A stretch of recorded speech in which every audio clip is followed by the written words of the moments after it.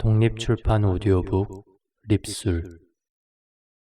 이 오디오북은 50+ 중부 캠퍼스에서 이세용 강사가 진행한 오디오북으로 자서전 쓰기 강좌의 수강생 출품작 파린의 라이프 스토리 중 한 부분입니다. 울타리가 무너진 소중한 나무 우객 김희관 1.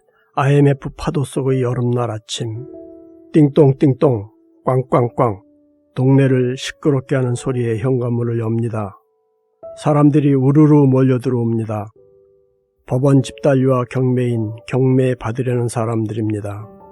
장롱, 소파, 냉장고, 쓸만한 가재도구에 모두 빨간 딱지가 붙여지고 경매가 진행됩니다. 국가부도니 하는 시류에 편성한 부도덕한 거래선들이 고의 부도가 활화산처럼 터집니다. 그로 인한 쓰나미같이 밀려온 부도의 파도에 사업한 지 2년도 안 돼 기반도 잡기 전에 휩쓸리고 맙니다.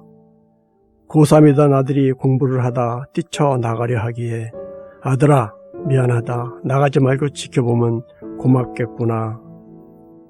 그 모든 기가 막힌 상황을 어린 아들이 슬픈 눈으로 끝까지 지켜봅니다. 20년이 지났습니다. 그 힘듦 속에 장성한 아들이 어엿한 굴지의 기업에 다니며 지난 12월 늦가기 38세에 결혼식을 올립니다.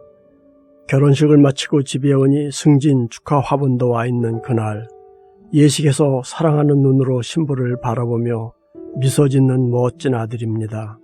잘 자라준 모습에 눈물이 핑 돌아 허공을 응시합니다. 2. 눈에 고인 물 속에 떠오르는 모습 아들이 어린 시절 뇌막염으로 종합병원에 입원하여 고통스러운 치료를 받게 됩니다. 고통을 잠시라도 잊으라고 사다준 원격 조종 자동차 장난감을 가지고 기뻐하며 복도를 뛰어다니던 모습이 눈에 선합니다. 3살 때이던가 집 앞에서 잠깐 사이에 아이가 없어져 온 동네를 허겁지겁 찾아 헤매다 어두워져도 찾을 수 없어 신고하러 파출소에 갑니다. 거기서 울고 있는 아들을 만나니 감사하고 얼마나 감사했는지 지금도 떨려옵니다. 가족은 서로의 VIP이며 자녀는 미래입니다.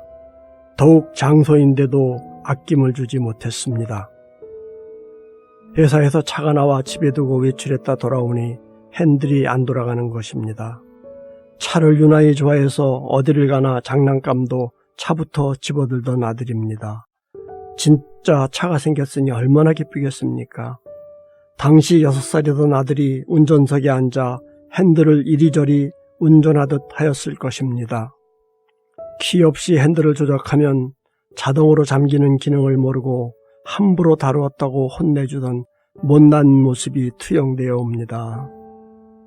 젊은 시절 회사가 바쁘다는 핑계와 공과 사를 잘 아는 가장은 집안일을 소홀히 해도 된다는 단편적인 사고로 밖으로만 나돌았습니다.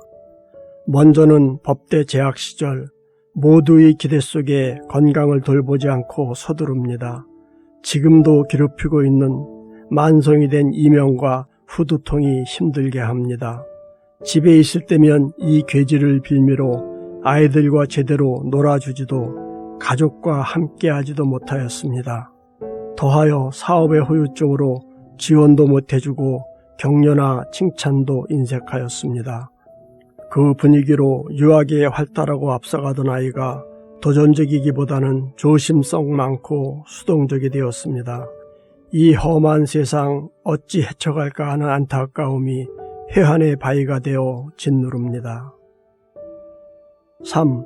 이 땅의 VIP인 가족 아픔과 안타까움, 미안함이 진하게 어리며 잠시 장면이 멈추었다 이어집니다. 실패한 사업가의 길, 허울만 좋은 지나온 여러 중소기업 CEO의 길, 그 끝자락에 서 있습니다. 이보다 훨씬 더 험로를 이겨낸 아브라함과 에이브럼 링컨의 족적을 인지하고 바라봅니다. 그런데도 겨우 다가오는 길만 따라 무기력한 걸음을 옮깁니다. 부끄럽지 않은 학력도 직장에서 앞서 나감도 사회에서 인정받음도 모두 가정의 평강 위에 세워져야 반석 위에 세운 집이요 그 작은 씨앗이 자라서 큰 가지를 내고 가족과 이웃과 공중의 새들이 그 그늘에 깃드는데 말입니다. 이 땅의 VIP인 가족, 그 울타리를 무너뜨린 나, 저 멀리 배는 시온성 정상을 향하여 가는 나그네의 여정, 정상이 어딘지 어디로 가야 하는지 머리로는 알겠는데 바라볼 수가 없습니다. 머리를 들어 바라보면 혀안의 바위가 가슴으로 떨어져 무너질 것 같아 등에 지고 뚜벅뚜벅 힘겹게 가고 있는 자화상입니다. 이 울타리가 무너진 가정에서도 불평 없이 이겨온 참 선한 아들은 반석 위에 털을 잡고 큰 그늘이 있는 나무로 자라고 있습니다. 고맙고 대견합니다. 이삭과 리브가 같은 아들 부부 위에 늘 평강과 지혜가 임하고 후손 모두 서로를 귀하게 여기며 진치하는 모습입니다. 두 손 모아 높이 감사하며 안경을 벗고 슬쩍 눈물을 닦습니다. 생일 축하합니다. 사랑하는 아버지 칠순 축하합니다. 식탁 위로 고사리 같은 손을 휘휘 저으며 케이크의 촛불을 잡으려는 사랑스러운 손자를 꼭 안으니 뿌리치려 도리질하는 모습이 너무 아름다워 허허허 하하하 온 가족이 웃음바다가 됩니다. 40여 년 전 가족 4대가 둘러앉은 돌상에서 이것저것 집어들던 아기 아들의 모습이 오버랩되어 옵니다.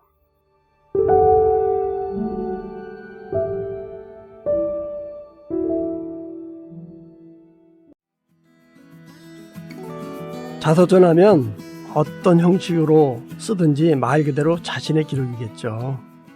그런데 이번 기회에 비록 짧은 글이지만 쓰다 보니 의미가 아주 큽니다. 배울 때보다 가르칠 때 배우는 것이 더 많다고 하듯이 내가 알던 자아뿐만 아니라 다른 깊은 자아, 아파서 묻어두고 싶었던 자아까지 찾아보는 기회가 됐습니다.